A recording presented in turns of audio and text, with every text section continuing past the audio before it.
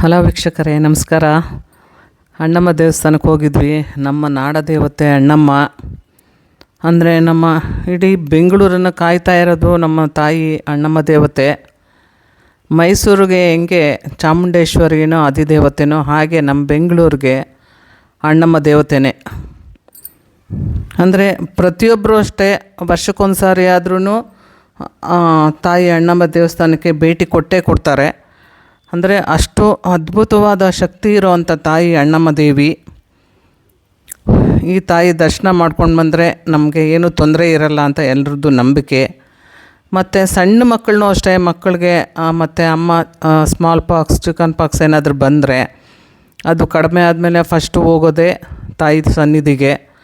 ಅಲ್ಲಿ ಹೋಗ್ಬಿಟ್ಟು ಮೊಸರು ಮತ್ತು ಉಪ್ಪು ಎಲ್ಲ ಹೊರಗಡೆ ಇರೋವಂಥ ದೇವ್ರಿಗೆ ಹಾಕ್ಬಿಟ್ಟು ನಂತರ ತಾಯಿ ದರ್ಶನ ಮಾಡ್ಕೊಂಡು ಬರೋಕ್ಕೆ ಎಲ್ಲರೂ ಮೊದಲು ಹೋಗೋದು.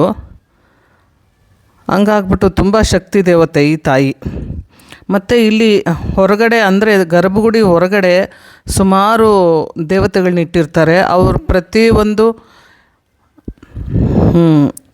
ದೇವ್ರುಗಳ್ಗೂ ಇಷ್ಟು ಅಂತಂದ್ಬಿಟ್ಟು ಒಡವೆಗಳು ಎಲ್ಲನೂ, ಅಂದರೆ ಎಲ್ಲ ಏರಿಯಾಗಳಲ್ಲಿ ಈ ಬೇಸಿಗೆ ಕಾಲದಲ್ಲಿ ಪ್ರತಿಯೊಂದು ಏರಿಯಾದಲ್ಲೂ ತಾಯಿ ಅಣ್ಣಮ್ಮನ ಕುಣಿಸಿ ಅದ್ಧೂರಿಯಾಗಿ ಒಂದು 5 ದಿನ 9 ದಿನ ಕುಣಿಸಿ ಮೆರವಣಿಗೆ ಮಾಡಿ ಆ ತಾಯಿಗೆ ಮತ್ತು ಬೀಳ್ಕೊಟ್ಟು ಮತ್ತೆ ಕರ್ಕೊಂಡು ಬಂದು ದೇವಸ್ಥಾನಕ್ಕೆ ಇಲ್ಲೇ ಕುಂಡಿಸ್ತಾರೆ.